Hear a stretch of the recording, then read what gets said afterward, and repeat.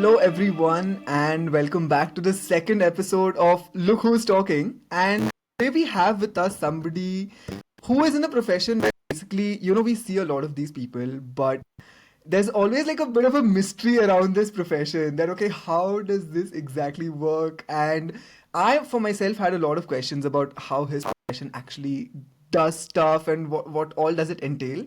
So we have with us Pratyush, who works as a multimedia journalist in the Canadian Broadcasting Corporation, and I got the name right. So a warm welcome to you, Pratyush.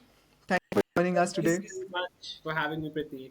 Not at all. My pleasure. And as I said, there's always like this aura of mystery surrounded about journalism and about in general how the news domain functions. So we are here to kind of decode all of that.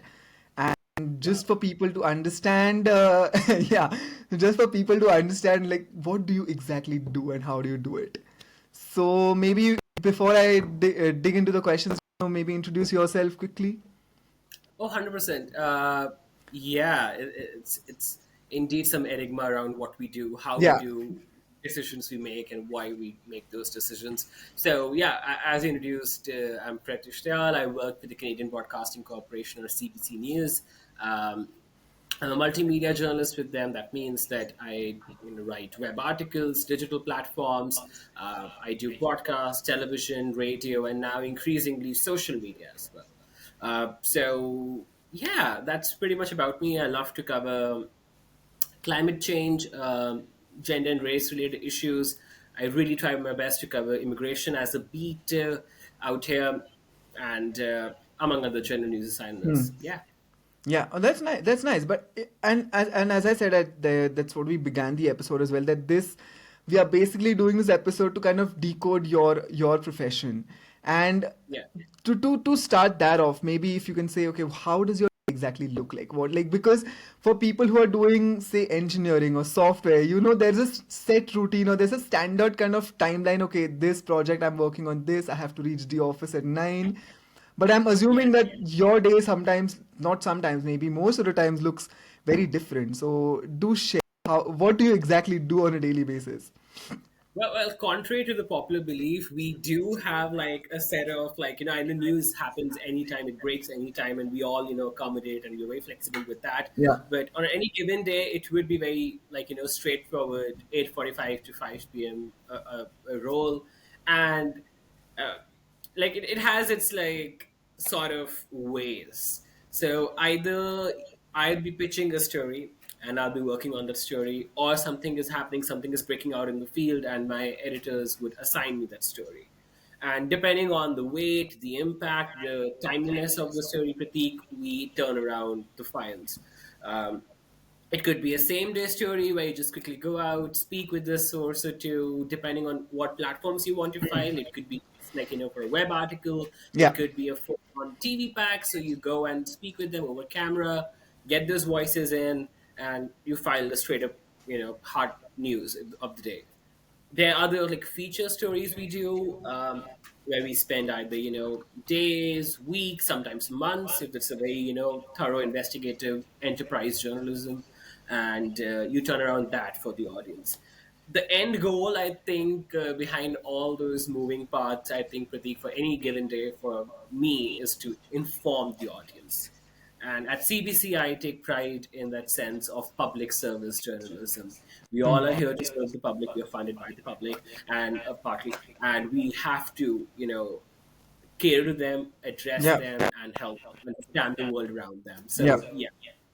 But right now you gave a more of a kind of an overview of your role. But for somebody who is a layman or for somebody who doesn't absolutely come from this background, right? Yeah. One of the questions, like this is a question that I had personally as well. Like, how do you get to know that an event has happened? See, I'm going to ask you in this interview. I'm going to ask you very basic questions because this Okay. episode is supposed to be for people to kind of understand. The very nitty gritties and the very basics of this profession. So, how do you get 100%. to know that okay, this event has happened, and what is your immediate next step? Like when you get to know that. Right. I'll try my best to get in the nuances of the profession Okay, and correct perfect. me anytime Easy. it needs to. Brownie points for more detailed answers. Brownie takes some more detailed answers. Okay, I'll hold you accountable on that. Absolutely. Um, yeah, so I think it just very much depends on the story, Prati. That so if suppose an event is happening all across the globe, journalism has always been there.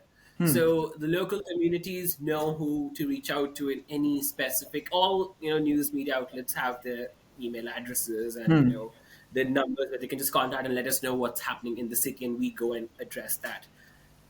If suppose it's a breaking file, uh, Taylor Swift is right now touring. Let's Yeah. take her. Because Taylor Swift is coming to my city, and we have received a tip that one of the crew buses for Taylor Swift, it has rolled over or it has had a collision. Don't hate me, Swifties. I'm just using Taylor hypothetically. Nothing has happened Yeah. to them. Me. Um, how do you report on it? Just because somebody just sent you, called your news station and told you, or just emailed you, do you just go ahead and print that story? It's not. It takes so many levels of fact checking, verification, getting the exact details. And that checking, evaluating, assessing, fact checking, that is the crux of our craft, I feel.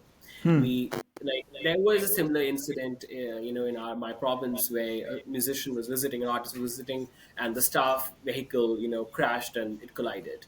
Uh, all across his social media that time, pretty everybody was like, "Oh my God, this person, this artist's, van has been impacted." Many people were going as far as saying that she was impacted. But we didn't run that story just like that. We immediately called the RCMP, which is our police force out here. We contact the local police. We contact the first responders as to what's happening on the ground. We consult with eyewitnesses. And in the age of social media, it's you can find people Yeah. who like putting it out, and you just reach out to them. That's how you build the story, you build the narrative, and you make it clear to the audience. And I think a part of it is to be very honest with the audience, that letting them know that we know only this much right now. We only just know that a car collided. We do not know if there were two vehicles involved. We do not know if fatalities were there. I think that's the daily process, like I would say. Sometimes they're fun, quirky stories you get to do. Somebody is selling, candies or homemade Yeah. candies, Halloween or whatever. And of course, depending on the content, you'd set the tone of the piece. Again, with all stories, we also evaluate what stories, warrant what kind of coverage. Does a story need to be told on all platforms? Because our audiences are everywhere, right? They are reading our web articles, they are on our social Yeah. media, they're checking out our, broadcasts, our radio hits and everything. So we make those calls as to what story goes where, because depending on the salience of the story and depending on the very impact it will have in the Yeah. community. And we strive, and I personally strive a lot to do that sense of community oriented journalism, where my target is the local people in the city who are reading the story, that they are making the sense of what's happening around them. Okay. So yeah, that's, I think, our process in life. And just to build up on what you said. So, Yeah. and if I understand correctly, so you actually get information from the network of people, organizations like the police stations, so the network that you're connected with.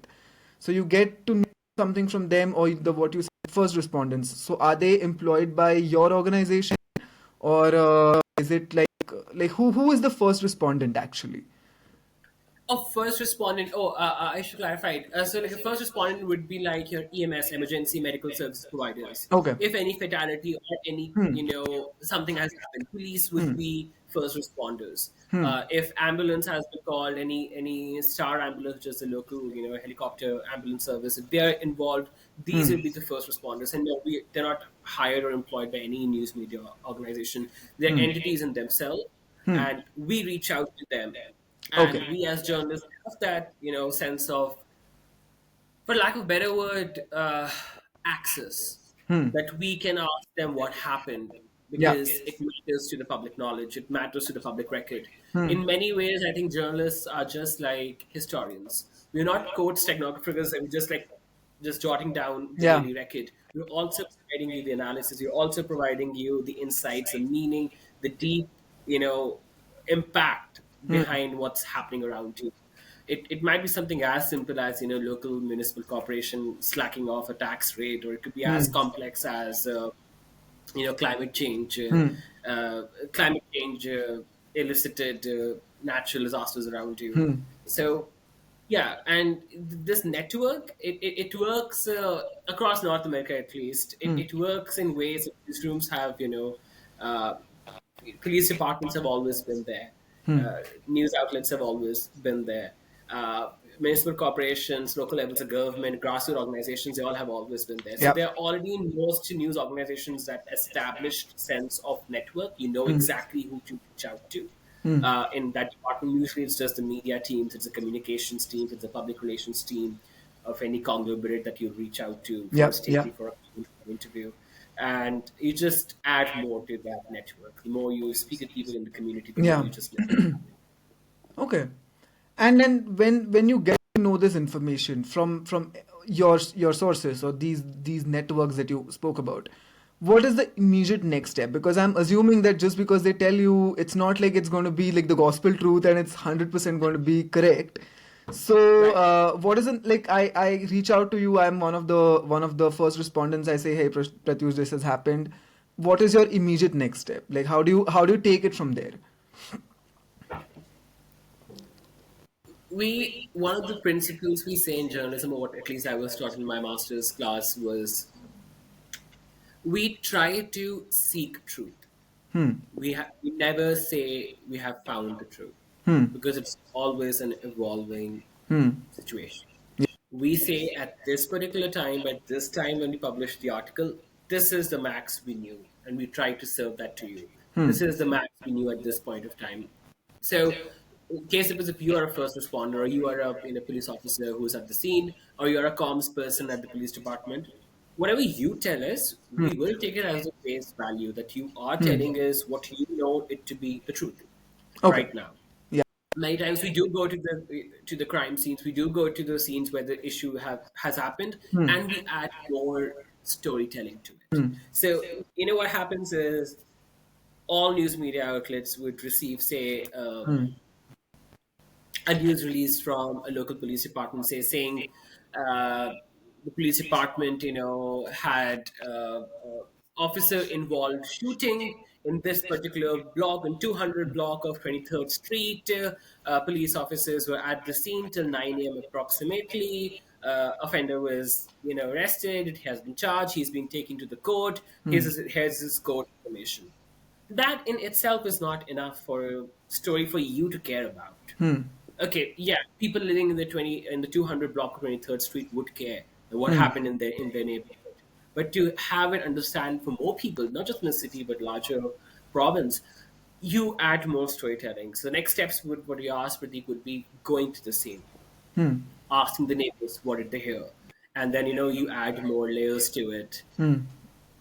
uh, John Mitchell was, about to just take his morning shower when he heard bombarding sounds out on the street. Hmm. He ran out and saw there was police involved shooting, blah, blah, blah, blah, blah. Hmm. You have to get people to clicking, you have to get people to engaging. Hmm. And that's why sometimes, there's far right critiques, or people who are very cynical, not skeptical, of journalism would be like, we are creating fiction.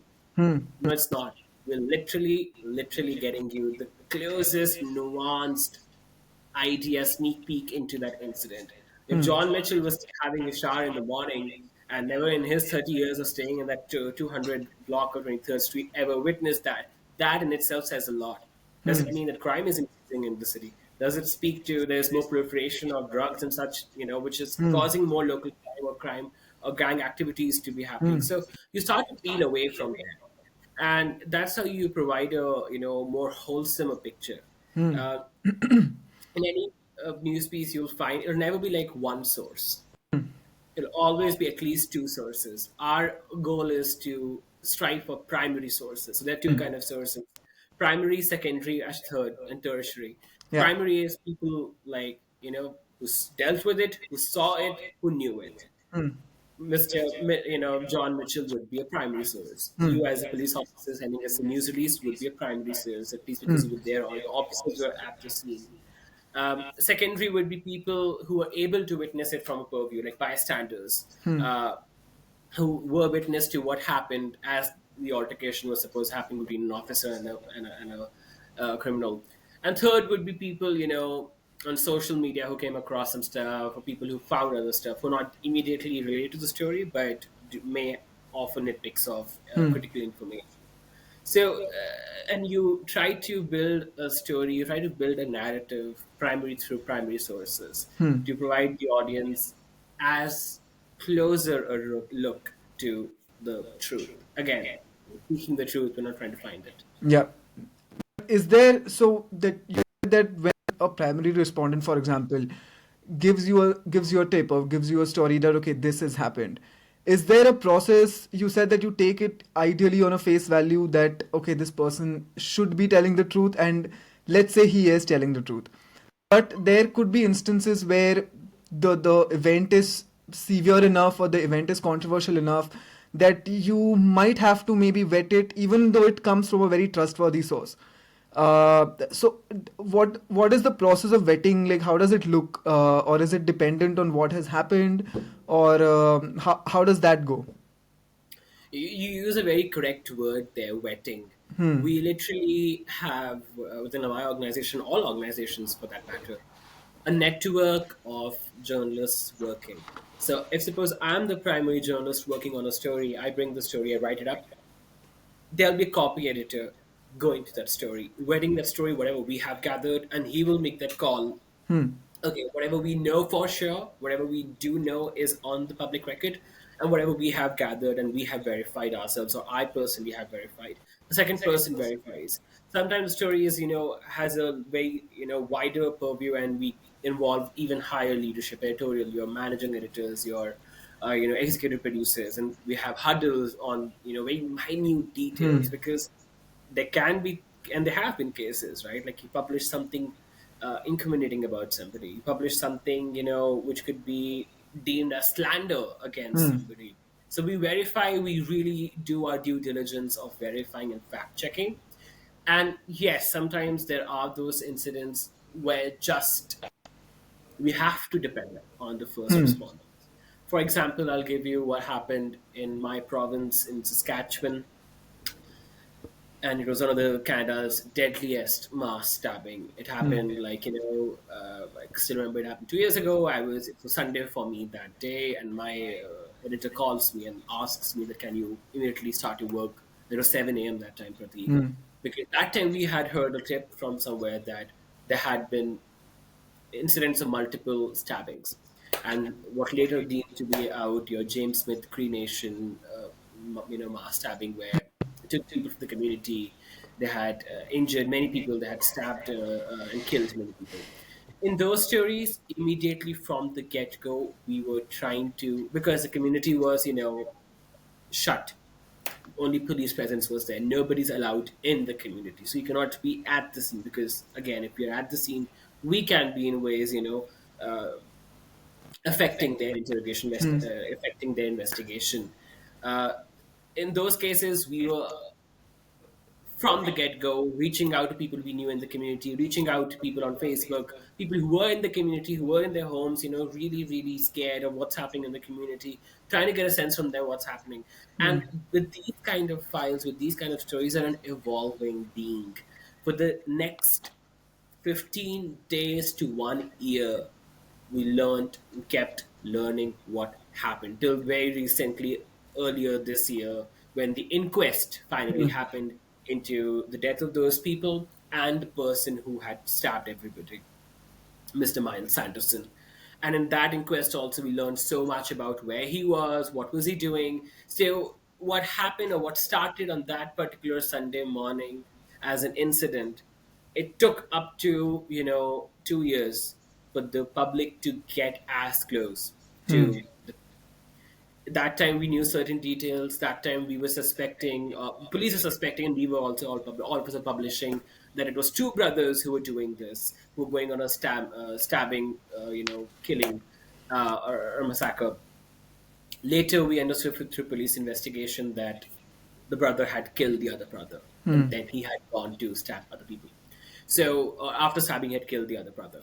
So these details are so important. Yeah. And that story, then we delve into many other stories about how fentanyl, how opioid crisis is affecting Canada, how it's affecting people, how it's really really creating a havoc in many indigenous communities in Canada. And from there, so many levels of storytelling can be done. We have done Yeah. so much of reporting around, the legacy of a residential school system in Canada. We've talked so much about those issues, but many incidents happen, and we start to really see, the real aftermath of that intergenerational trauma. So with stories like these, where there's so much is at the stake, and when people, where actual criminals are on the loose, you have to be so clear, because that time you're really serving that role of informing the public. That time you are publishing the face of the two brothers, identifying them, that there were amber alerts going all around that time, telling our audiences that these people, they look like this. There's this, the last they were seen at this particular time on this highway on this kind of a vehicle. These are the informations which eventually helped the Yeah. police capture the guy. Yeah. That's how these different evolving bits happen. Uh, So, just so if because I understand it, sorry, if I understand it correctly, so there's initial vetting that happens, which is like the minute the story comes in.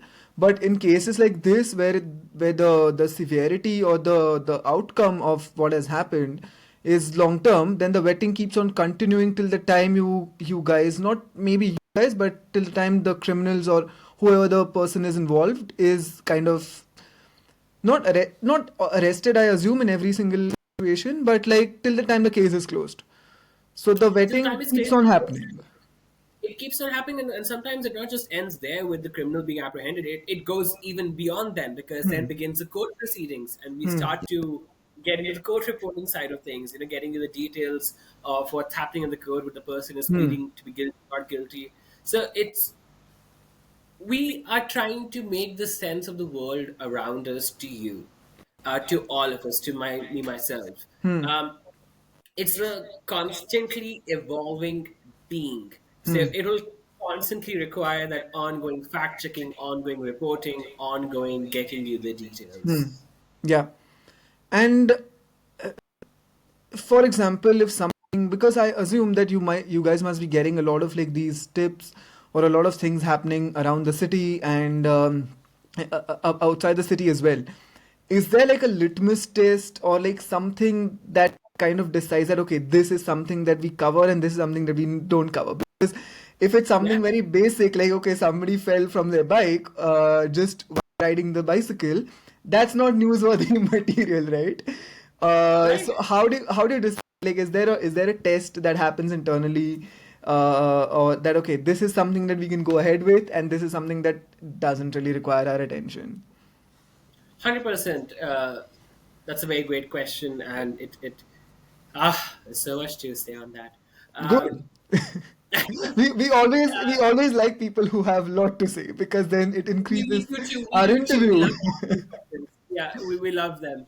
Uh, so there's something what is called as gatekeeping, or called as the litmus test, as you may, where we take that very conscious call as to which stories we cover. And for that very reason, it's not me as a journalist who makes that call, or me as a reporter. All organizations have very experienced veteran journalists sitting at the helm of desk, or news assignment producers. They monitor all the incoming tips, and they assign us reporters on those tips. They make those calls with their discussions and conversations with higher editorial leadership and management on what stories we can cover, because there's so many stories happening. Exactly. We Yeah. cannot cover all of them. Yeah. And we often hear that frustration from our audiences also. This was happening. Why didn't you pay attention to this? Because We literally have a limited number of reporters. We literally have limited manpower, and Hmm. we will, you know, do the litmus test. What you mentioned, that litmus test is what we are taught in school, also called as newsworthiness. Now, Hmm. newsworthiness has some 8 to 10 principles. I'm not going to bore with you with all of 8, 10 of them. I'll just walk you through some of the most Hmm. important ones. First is impact. Hmm. How much of an impact it's gonna happen, have enough on how many people? Hmm. But if I may interject, is it impact in terms of how is it going to impact the people who are listening, or is it the impact of what has happened? Both. Okay. So it's on both, right? So at last, so, for example, just from the impact principle of newsworthiness, or weight, if you may, of the news, Hmm. local government passing a rule about changing garbage collection Hmm. on a statutory holiday Hmm. versus federal government announcing GST tax rebate. Hmm. Which of these two you find are The latter, the second one. Yeah. correct, right?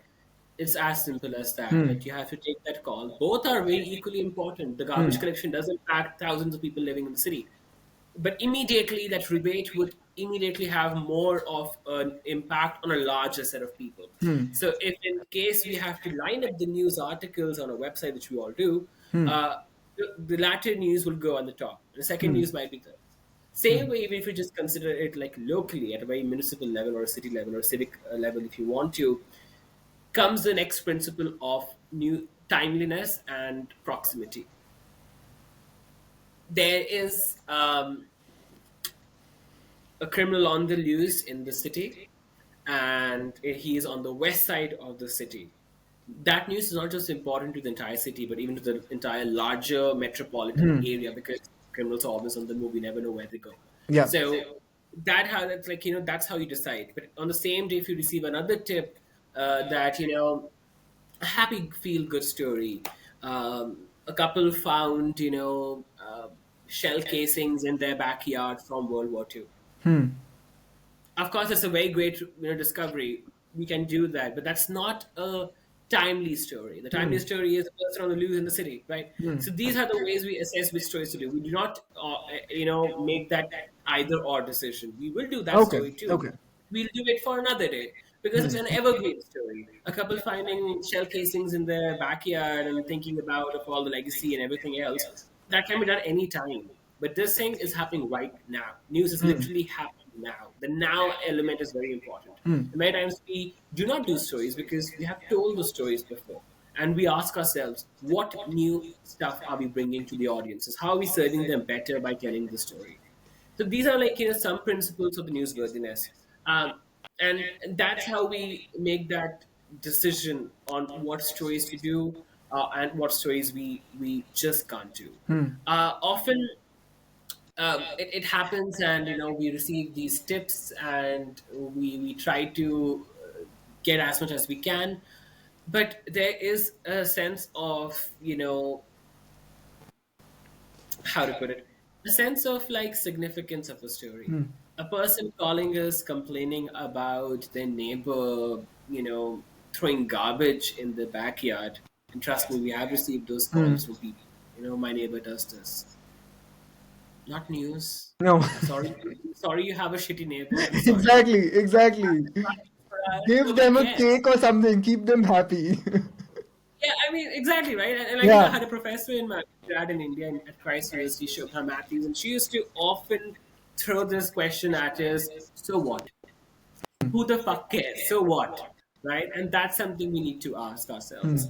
Um, if you're complaining, if you're calling and saying that, I know a local city councillor is taking bribes from the Hmm. contractor on a project, that's freaking big news. Hmm. That is something to care about, Yeah. because that's something everybody cares about, because Hmm. your taxpayer dollars are going into that. Yeah. Your shitty neighbor throwing broccoli and lettuce peels in your backyard, nobody cares.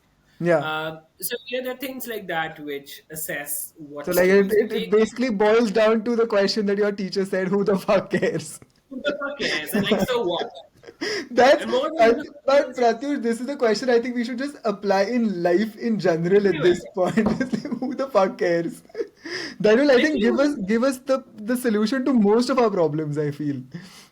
and I mean that's the thing, right? It's about if you look at Indian news media, and I Hmm. would not make any much more statements there, but there's that sense of distraction, much reported on many news media outlets, Hmm. about how Indian news media, especially Godi media, does that very thing of distraction. Hmm. While Mr. Adani recently has been held by the U.S. jurisdiction of fraud and such. We recently saw in Indian news media discussions were just around how in UP um, women in hijab might be doing election fraud, electoral Hmm. fraud. So that's distraction. When you Hmm. have a news like this, which is so important globally right now, and you still talk about this as a news media organization, that's a very, very, deliberate, intentional choice you made. Hmm. And that's the flip side of responsible, thorough journalistic litmus testing. The flip Hmm. side or wrong side of it is blatant propaganda and news gatekeeping, Hmm. where you're intentionally restricting the flow of important critical news to your audiences and you're subjecting them to utmost jingoism and hypernationalism in the case of India right now. Hmm. And you serve that as news. That's not news. That's not Yeah. serving anybody. Hmm. So, yeah, I hope it answers and provides. Yeah. No, no, Uh, definitely. Yeah.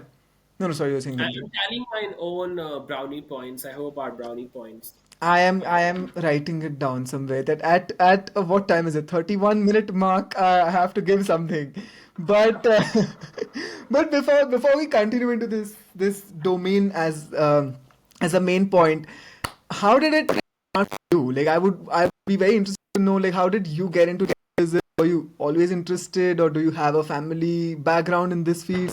How did it start for you? I'm actually the black sheep of the family. I have two elder siblings. My eldest one, she is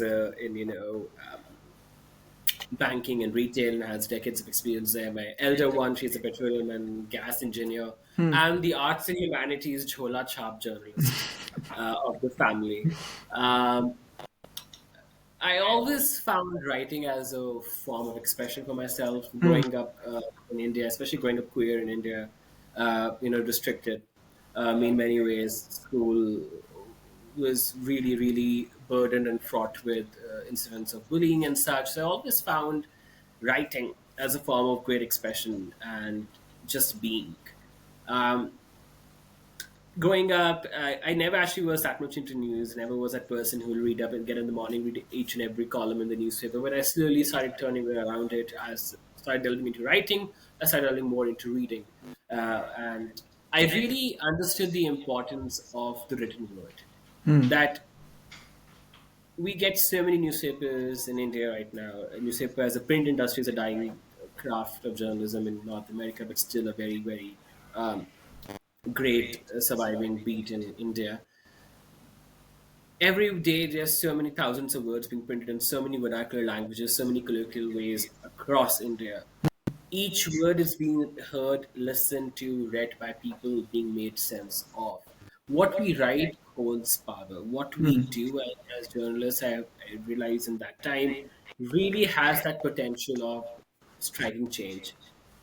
I might be a delusional early stage, career journalist thinking like that, things are grandiose about it, but I really believe in that Hmm. sense of change that journalism has. And that really, propelled me. So in my grade 12th, I did take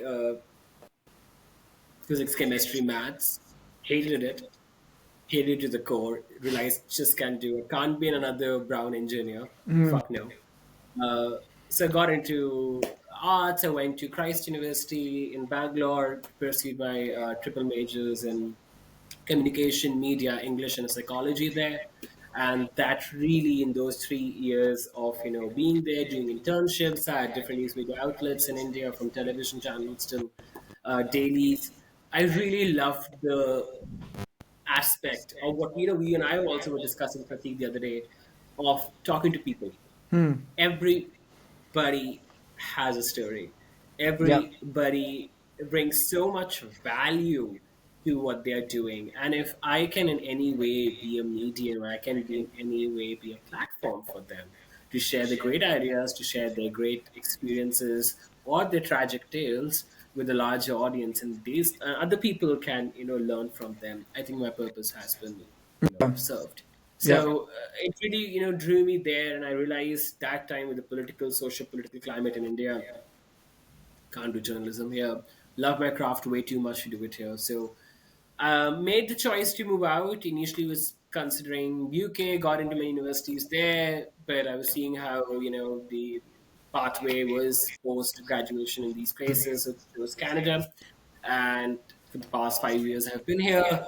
Um, did a master's here in journalism at University of British Columbia, and been really trying to serve our audiences here ever Yeah. since then, I hope. Yeah. Uh, so yeah, I hope that answers the question. It does. It does. No, no, and maybe to extend the answer, what I would also like to, not just in your case, but in general, if somebody is considering journalism as a career choice. What are the two skills that are absolutely required? Like, you need to have this if you want to become a journalist. Like, the kind of Uh, every field has those non-negotiables. So something like that for journalism. well, I mean, one thing would be very important to be a good. I mean, there's But something good as is a a subjective non-negotiable. good is a subjective word as well. It's a very subjective word, but the Yes. way I'm going to answer it, that I would term that question as that skills which I feel you should have to be a good journalist. Hmm. Anybody as such, a Yeah. journalist. We have so many journalists out there. We have seen so many reels and social media reels, funny reels of journalists out Yeah. there. But a good journalist is a one who genuinely cares, I feel, Hmm. who has that empathy. If you don't have that empathy or that sense of care for your sources, for your stories, you cannot make it out there as a good journalist. Hmm. Because if you don't care, then you can't sell it to another person. You can't make another person care about your story, can make them care about that incident if you really true wholeheartedly do not believe in it, do not you know trust in that. Of course, Yeah. that doesn't mean that you're blurring your lines of objectivity or blurring your lines of journalistic source Hmm. relationship, and you're just all right going in with the biases. No, but you really, if you are a very careful, responsible journalist, you need to have that empathy. And the second thing I think you need to have is a sense of um, not just curiosity, Hmm. but also a sense of patience. That you all good stories take time. There's so much of hard work which goes into meeting a source, trying to convince them to share the story, not just share the story, just like that, but Hmm. also if you're working in like multimedia networks, trying to convince them, persuade them, trying to make them understand the value they have of sharing the story by going on record, Hmm. by showing their faces, by having the names published to their experience, because it really really adds more. um, of course we do accommodate and we do also have confidential sources, but if you don't have that curiosity, if you're not listening to a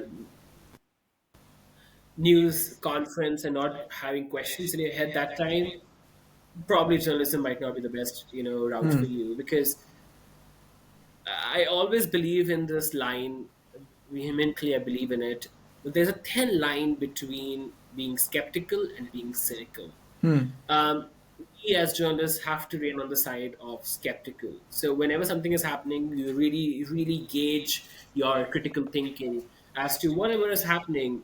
You are approaching it with the critical lens. You are asking the questions around it. You're holding people accountable. That sense of curiosity can be built. I'm not saying if you don't have it, do not come into journalism. Hmm. But if you have the sense of curiosity already, you're already there somewhere. And Hmm. with over the years, you will just add more to it. And patience, as explained, takes Yeah. time to build rapport with your sources and to build on it. And all good stories take time. Yeah. Uh, Yeah, and I think any advice if I have to give to any person thinking of journalism as a career choice on the skill side is, do not come in this profession for yourself. Don't come in this profession if you just want to be on the TV. Hmm. That should not be your motivation. Your motivation should be that I'm coming here with a responsibility, big responsibility on your shoulders, of doing justice to Hmm. other people's stories, of taking the limelight and spotlight away from you and taking and throwing it on your sources who you spoke with, because it's theirs. My follow-up actually question was going to be from what you said, that okay, these are the things that you require. So who is not then fit to be a journalist, or which personality trait or like skill set, not skill set, but mostly personality trait that you need to drop or consider kind of working on it if you want to become a journalist? Right. I mean, you have to be very self-reflexive with yourself and really know this thing that irrespective if it's the North America or it's the global South, do not come into the profession thinking that from the get-go you'll be making like $100,000 a year, Hmm. and it's very glamorous a life, and I'm entitled to make that huge amount of money.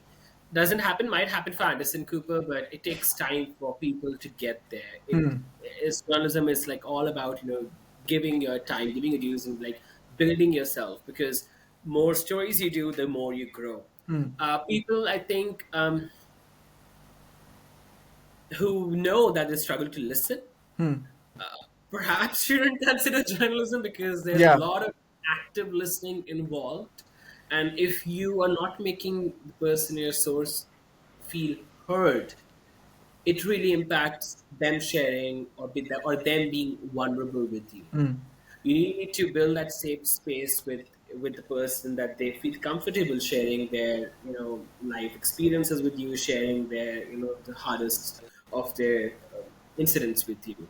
And that comes when you take away from, as I said, like, take the spotlight away from you Hmm. and give them that attention. So people, I think, who struggle with the attention seeking habits, perhaps, I guess, may struggle to Hmm. become a good journalist.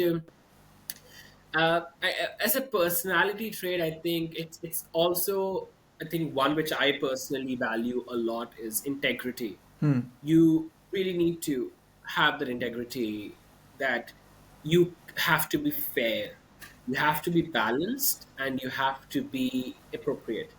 For all of those three, you really need to have a good, healthy boundaries. You cannot be taking gifts from your sources. You cannot be taking, cash from your sources to publish. That's outright unethical. That's outright not journalism. Hmm. So you need to understand that. I know that sometimes it's very tough to get sources, but paying them or faltering their incidents, or sensationalizing their the experiences, all that mirch masala to get the eyes clicking, and that all should not be journalism. Clickbait is not journalism. Hmm. It's just content out there to attract you. Yeah. So I think things you need to be very reflexive about and aware about if you want to make out as a good journalist. Yeah, and you actually said a very correct word, which I have my follow-up questions on. But before we get into the criticism of this, and I do plan to be play the devil's advocate a little bit.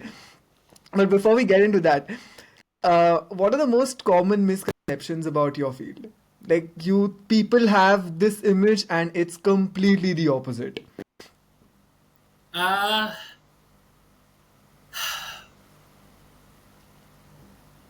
One would be that we are always live. No, we're not live. How many? I don't know. If only I had a penny, the amount of times I would have gone and spoken to somebody, and the first question they would have asked me was, "Is it live?" Hmm. All journalistic programming is live. We really plan things ahead. Hmm. Yes, it's news. News happens live, and then we cover it. But that'd be one misconception. Other would be that we have our hair and makeup teams. Hmm. No, no, we don't. We just don't. I don't Just really do makeup. look in the mirror by yourself. Just I just do it like this, just brush my hair, off I go to do my what I did OnlyFans. before this podcast is when I was sitting with a mirror correcting. Yeah, I mean that. I mean, honestly, there are times you just don't have the time to do any of it. Yeah. It's just like, of course, all newsrooms would have that, that space for you to go and get ready. Hmm. But that, I think that's one misconception. Other one thing would be about money. I think people Hmm. they think that like, it's a very glamorous job, um, so you must be getting paid like a shit ton. No, it's not. I mean, it's good, but I mean, not shit ton. Yeah. So I think those would be some misconceptions around my profession. I think what I've heard from people. Other would be that, and that's a bad one, that you need to speak, you need to act, you need to be a certain way to be a journalist. No, you What, don't but what need. what do you mean certain way? Does is there a prominence for some language, or like what is the certain way that you're talking about?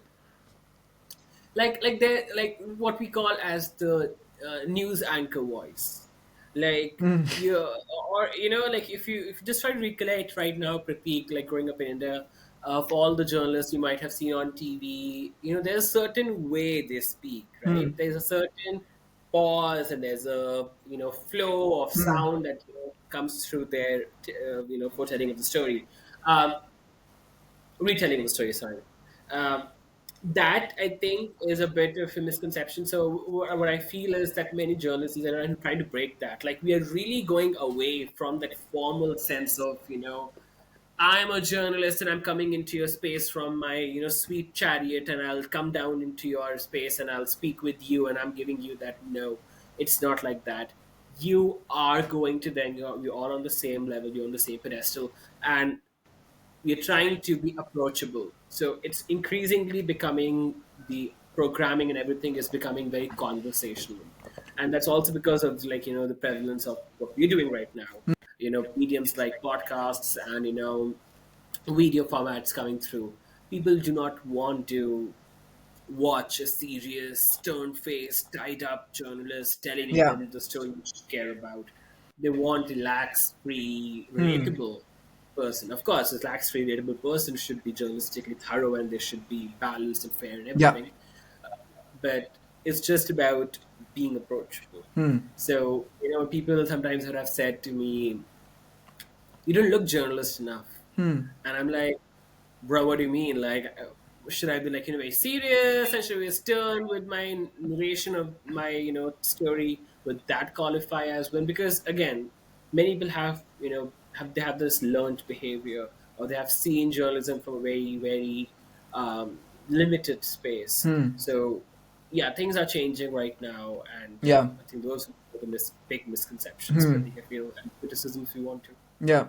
No, and the reason why I asked you about misconceptions was because what I also want to know, because journalism is one of the fields which is, heavily covered in movies. Like in Bollywood and in Hollywood. There are like millions of movies which show very different ways in how this news circuit runs. So according to you, and I want to know your personal opinion on this one, give us an example of maybe one or two movies who get it like bang on, like okay, they absolutely got the crux of what we do correctly, and I also want to know which ones got completely like messed up. Oh God, I'm very bad with the name. Let me keep forgetting. It was the Watergate scandal one, which had Meryl Streep and Oh, The everybody. Post. The Post. Oh Yes. yeah, Post captured it thoroughly, very beautifully. Those are like the kind of the news environment they showed, the Hmm. literal deadline, and that I think I forgot to mention. A person who perhaps shouldn't consider journalism as a career choice, if you cannot deal with stress, honey, it's not for you. Uh, there are literally deadlines on our heads, like Hmm. especially same day story. A same day story for me would be like writing a web article for it, writing some radio news content for news readers, or going on radio and talking about it, doing a TV story out of it, besides going to the person, speaking with them, getting the interviews. Yeah. So it's a very quick turnaround space. Hmm. You have to have that skill set of dealing with stress, of dealing with that deadline oriented manner.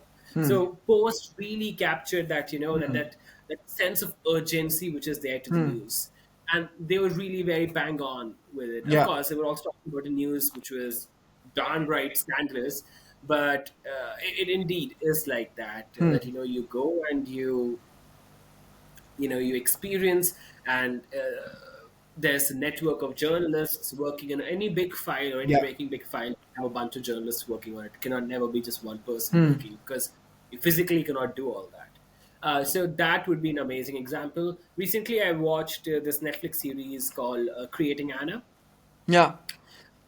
Have you seen that? Yes. Yes. Yes, so you saw, right, how months and weeks, I forget the name of the journalist who spent that Yeah. with Anna, going to her, going to the people she spoke with, literally getting you, though it was just, I think, in actuality, I think it was just maximum of 3,000 or 4,000 word article. 4,000 words is not a lot, right? But you saw the amount of hard work, months of collaboration, speaking to Yeah. people, fact checking it, trying to get, closer to the truth. That, again, is a very great example of what it looks like to be doing Yeah. journalism in that regard. Irrespective if it's a TV, of course, I mean, there are differences. Like if it's all multi-platform networks, like like we are, or CNN or ABC, or out here in Canada we have CTV and Global News and such, who are really like multi-platform networks. It is like that. In magazine spaces, or just digital, or for digital, or just for video platforms, it's a bit different, of course. uh, I think those two movies, I mean, those two pieces of media really captured what quintessentially it means to be a Yeah. journalist, And or in a which one news. didn't capture? I'm very interested to know that.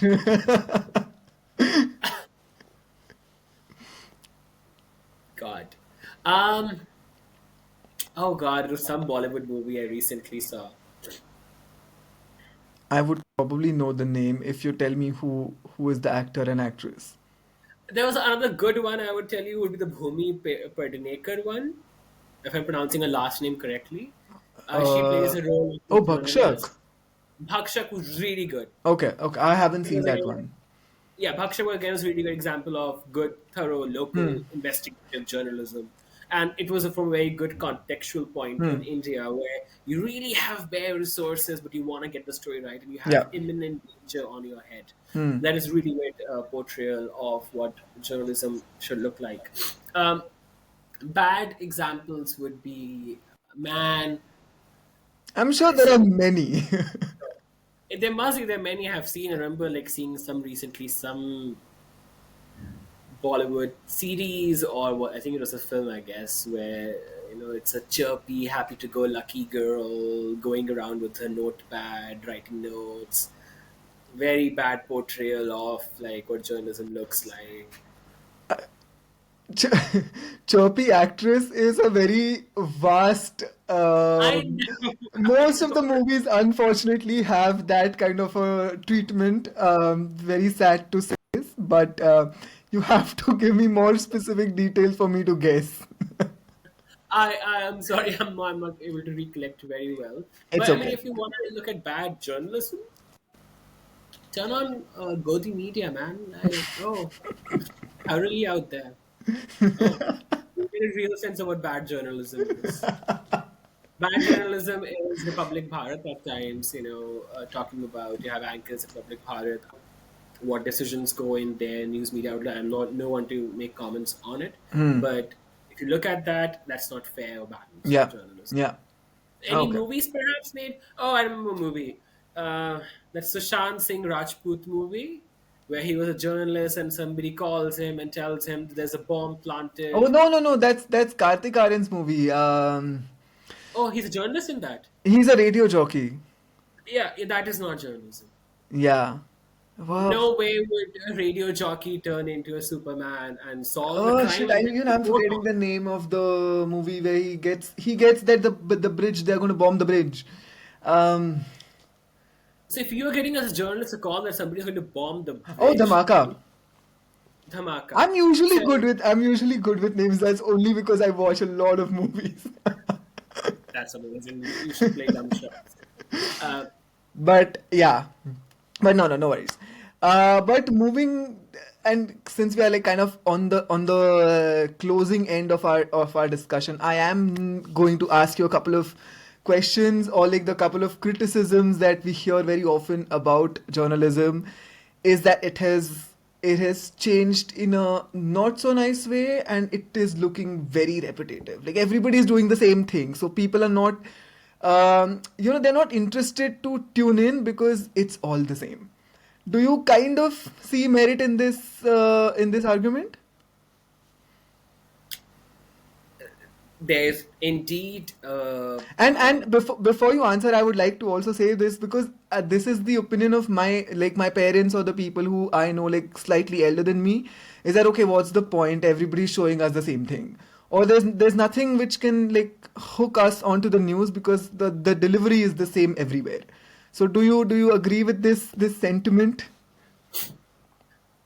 when you say you spoke to your parents about this, and I'm assuming most of that sentiment of that question of yours comes from people who are consuming Indian news media. Indian news media, yeah, Right. It's a different whole beast than what I think we do, at least in Canada. yeah. Can't speak for America. But globally, yes, many journalists or news networks would be accused of that sense of repetition. Uh, there's literally indeed a phenomenon, and researchers and people who write about all this have written about, called as news standardization and Hmm. homogenization, where irrespective, and especially in India, where whichever channels you click and turn, it's the same freaking news in different versions, Exactly, yeah, right? yeah. That happens in many of countries like India and such, where there is a very collective, concerted, concerted effort to do so. Hmm. Um, then I'll get to another aspect of that criticism later. Remind me, I'll talk about Noam Chomsky's Five Filters of Mass Media Hmm. Machine from his book Manufacturing Consent. The Manufacturing Consent is an amazing book on that, how you Hmm. literally create that sense of homogenized worldview for people. Yeah.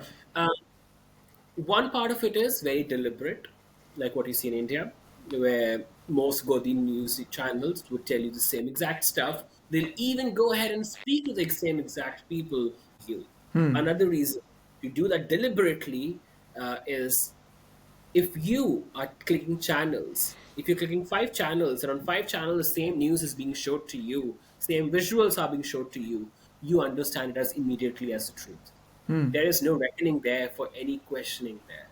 That some people are very critical thinkers, like what like parents might be, right? Like who were like, okay, wait, hold on, all five of them are saying the exact same thing. How that can, like, Hmm. how can that be possible?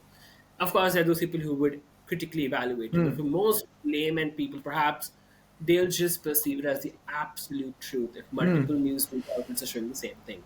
That's the deliberate propaganda side of things.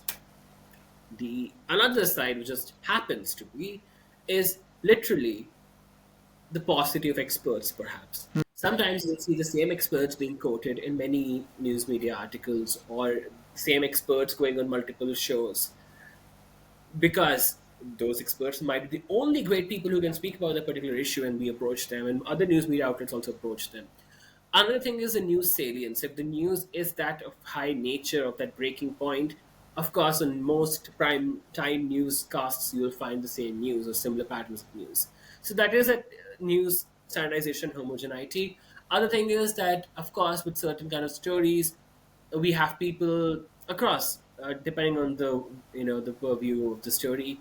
You have people who we know are as the comfortable sources, people who would easily talk about those issues if anything scandalous. Suppose, for example, in India, whenever they talk about LGBTQ, 2S LGBTQ plus issues, I see the same three to four queer activists, the same three to four queer couples, or the same three to four, folks they would call. Now, that is not just because it's a deliberate thing, but it's also more than it's a deliberate thing, it's an actual thing. Because you do not have many people feeling Hmm. comfortable who are going on prime time shows and talking about the issues.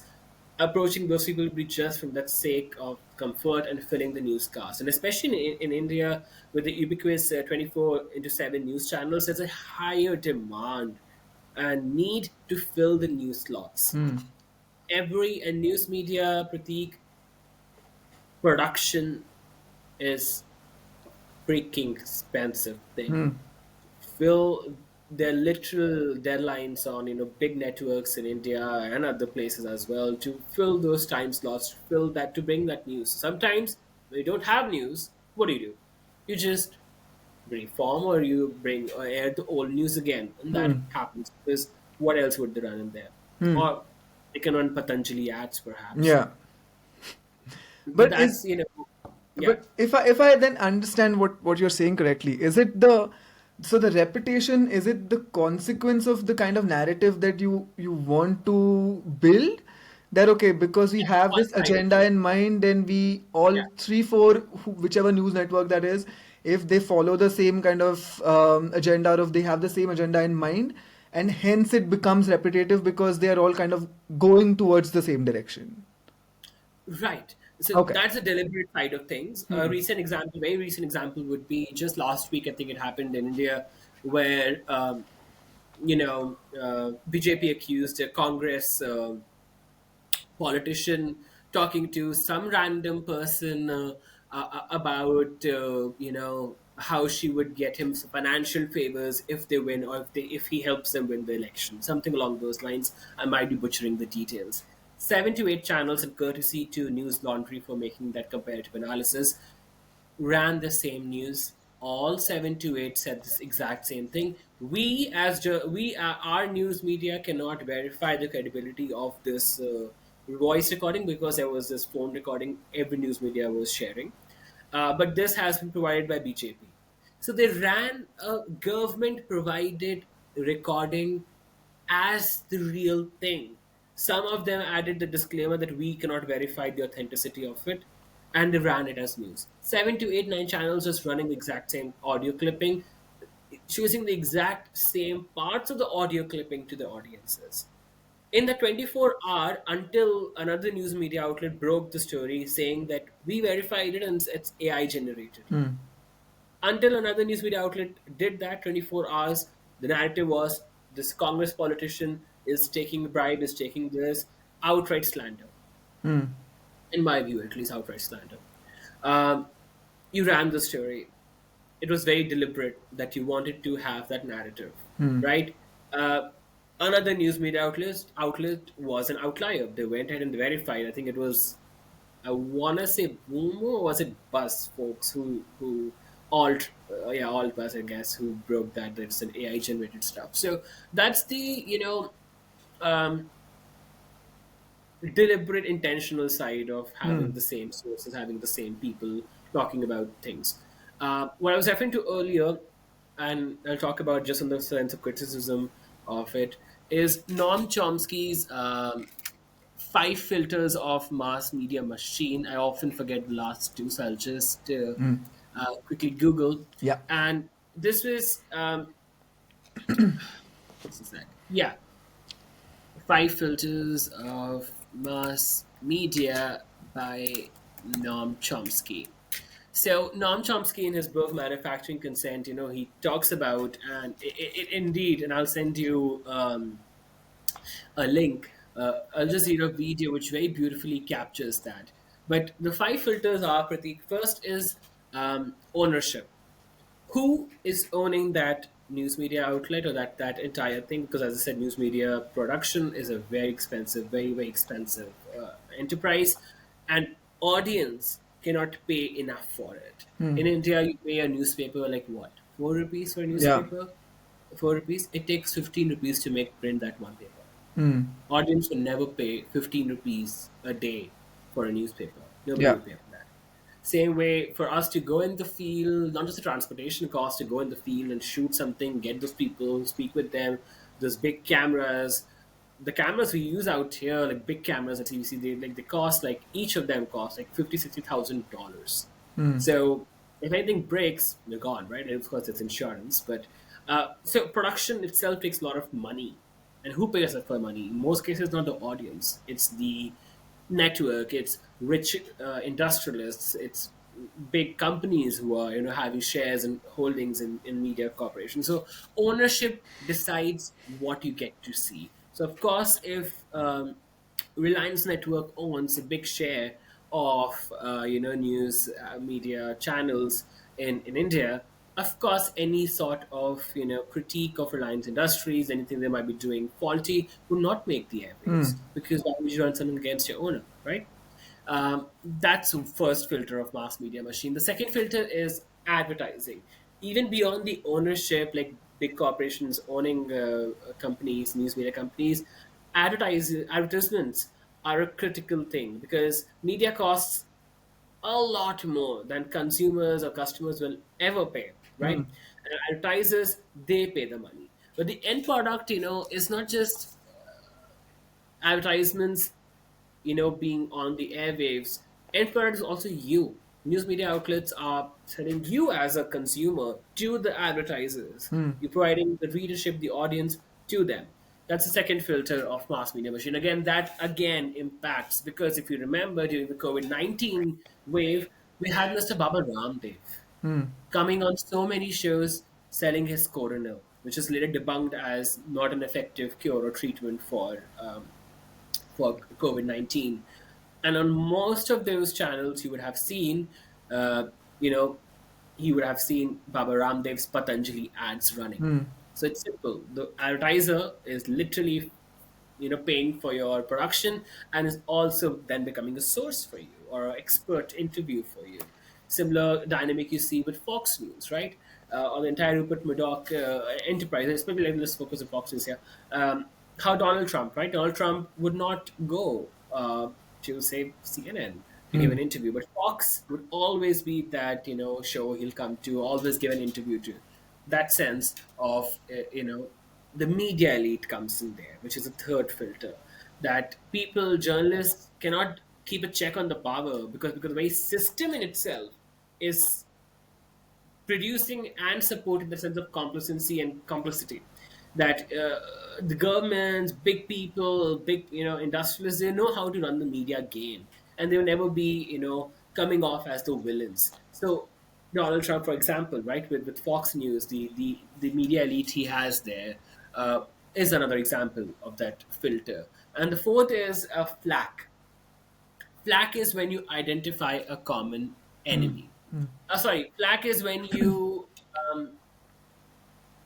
punish, or you get the flack, or you are punished for running the story. So if suppose you run a very critical piece on somebody, or you're challenging the power, and you ran a story, and that story becomes inconvenient for people, it might be your advertisers, it might be people who own your stuff, own your network, the entire flak machine begins. So you immediately start discrediting people, you start dismissing people, you start villainizing and vilifying people who are coming to speak with you, because you want to flag them, because you want to discredit that story, because you want to dismiss that story as a truth, and instead have your own propaganda running to replace that.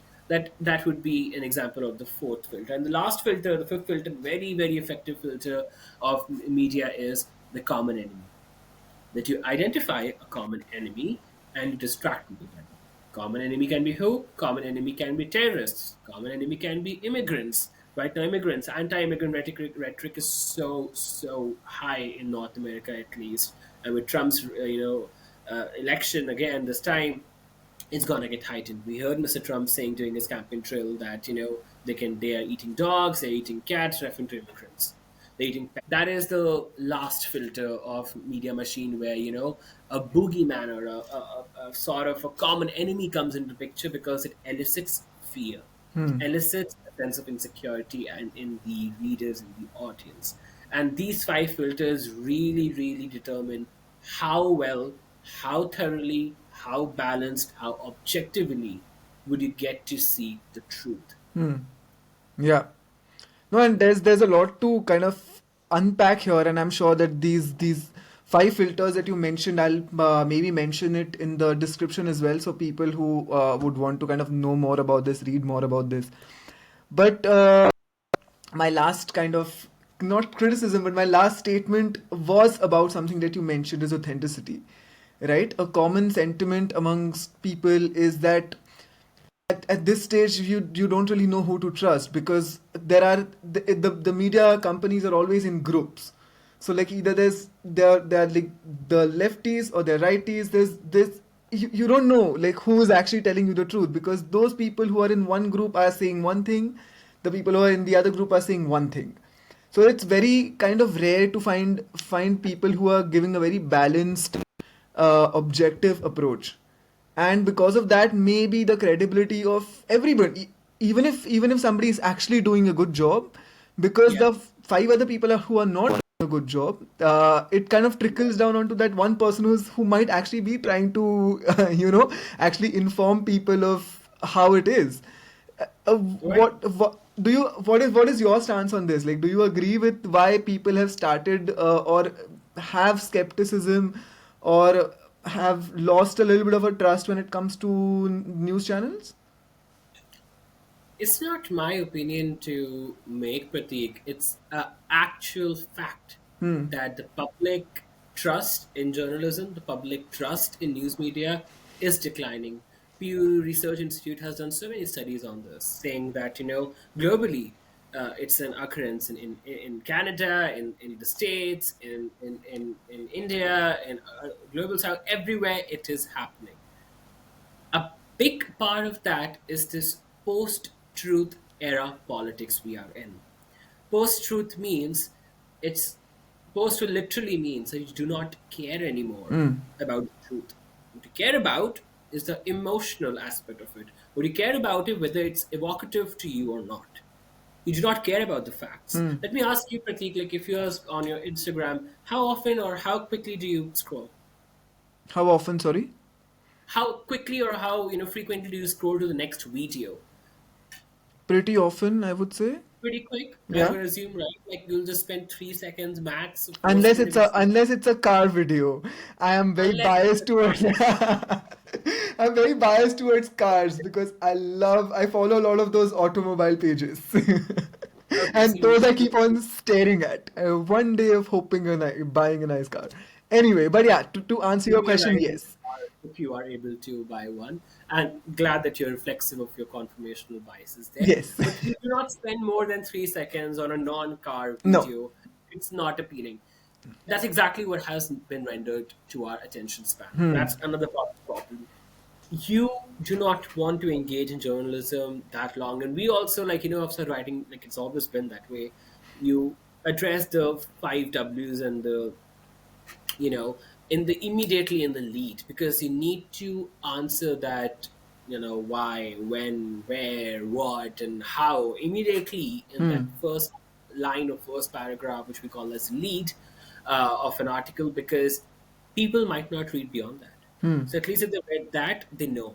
Hmm. So it's not only the people's declining, diminishing, dwindling attention span, which is a part of the problem.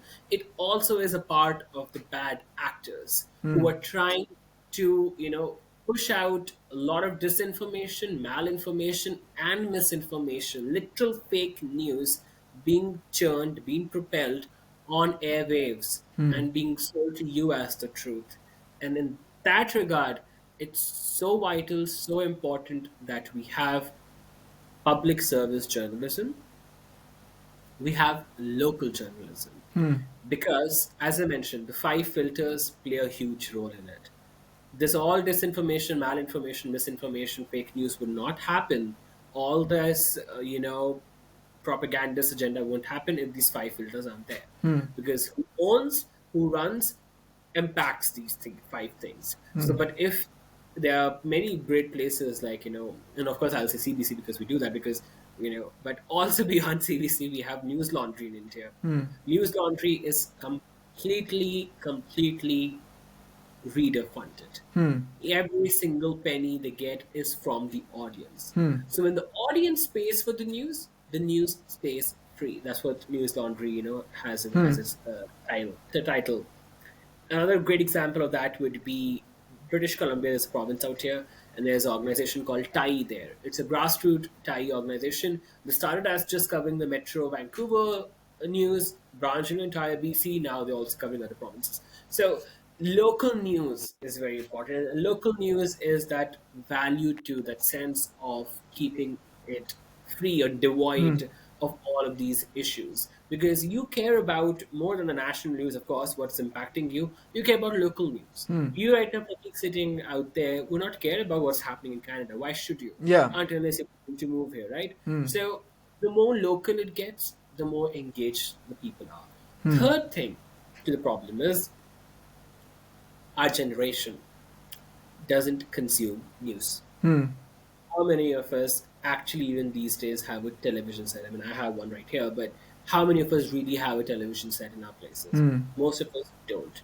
We're entering into the streaming space where we are consuming a lot of content very quickly. As you mentioned in the get go that you love to watch a lot of movies, we're consuming a lot of content. News media can't keep up with that. We Hmm. cannot have news. We can't churn out news if there's no news. Hmm. But news is always happening.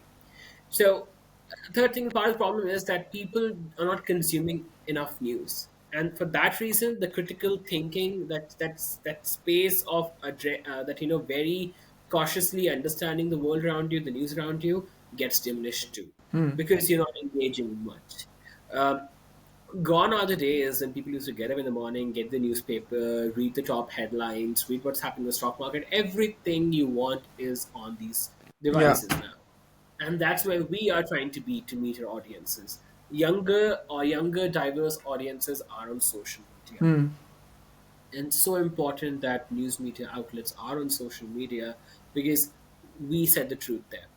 Anybody can go and post a TikTok of, guys, it's just in my garage right now. I saw two men who look like these two men, and they are creating havoc. Exactly what happened a couple of years ago in India and Assam, right, where two tourists were visiting.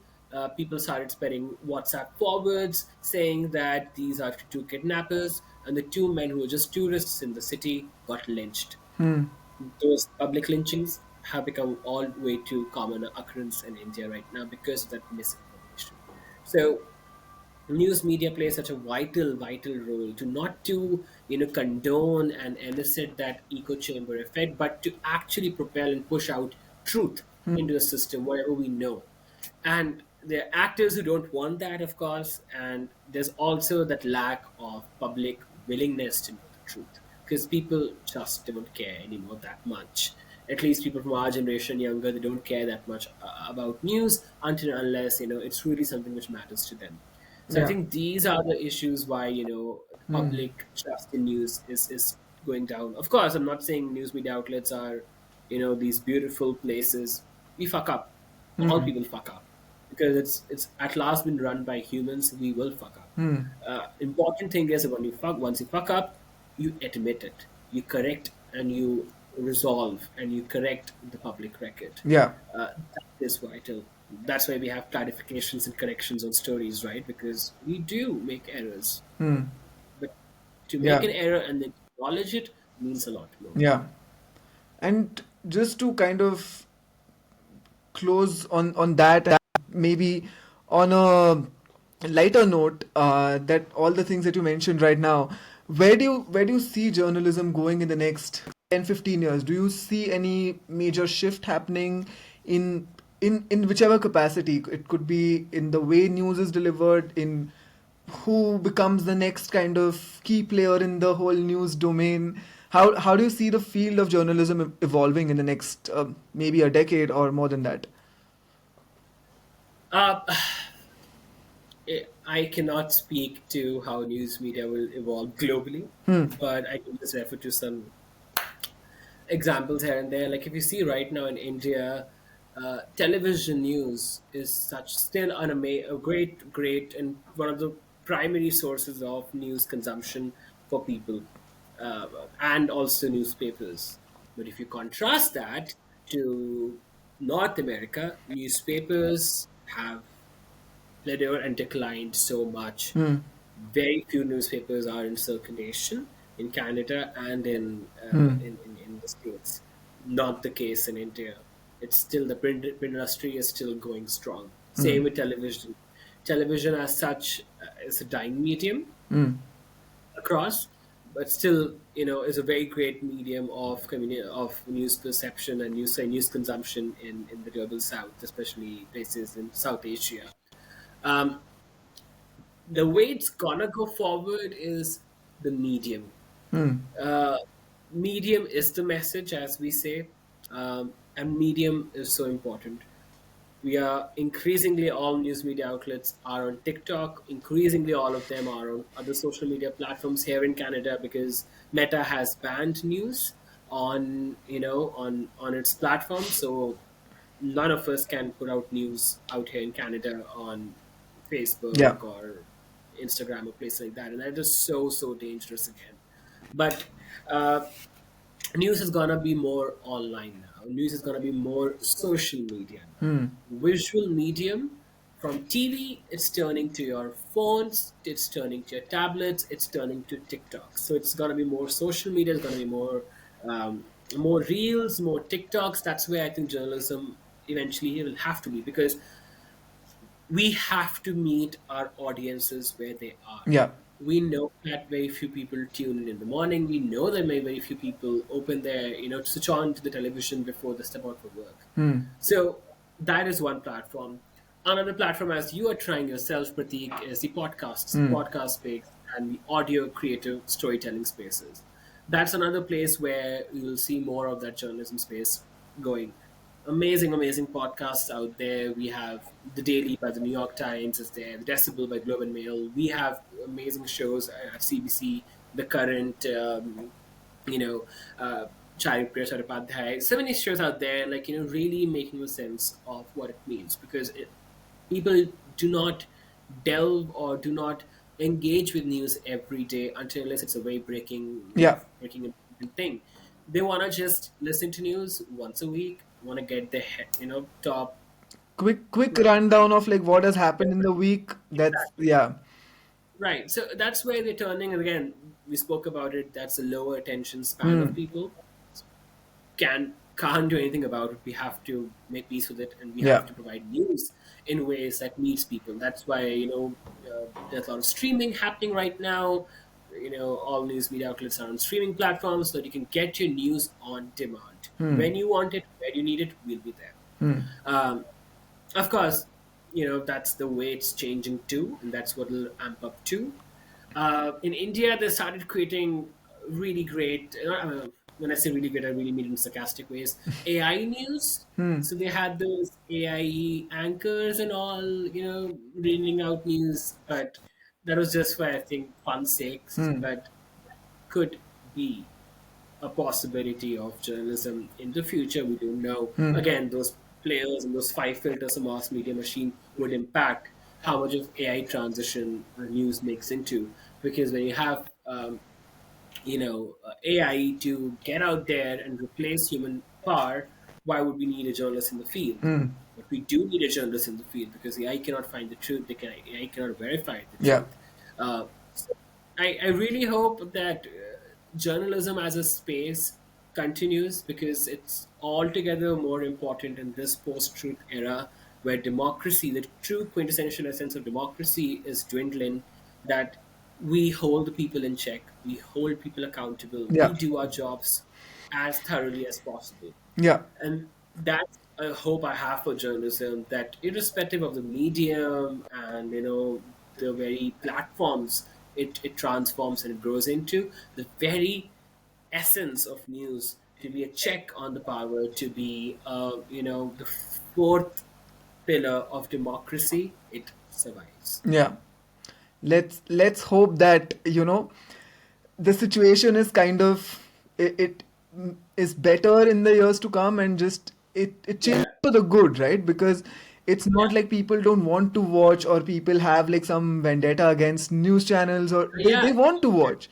So yeah, if yeah. the demand is there, let's hope the future is brighter than it is right now. And it's I people hope so. like you as well, who are young people like yourself, who are doing the part, and taking part in this changing environment, which is pretty often, because news, it moves so fast.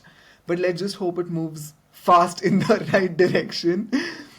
I hope so too, and I so hope, Pratik, that if any people listening to this, people do venture out into journalism. It's a very, very fulfilling job. Hmm. It's a very great feeling Yeah. when your work is able to literally change. In many places, many case it has changed governments. So if your work can inspire public Hmm. policy, if your work can help people make better understanding of the world around them, if your work can bring that ray of truth and light into this already dark, chaotic noise we have around us, it's our hope that more people join journalism. It's our hope that more Yeah. people go into journalism. I hope my talk didn't discourage anybody.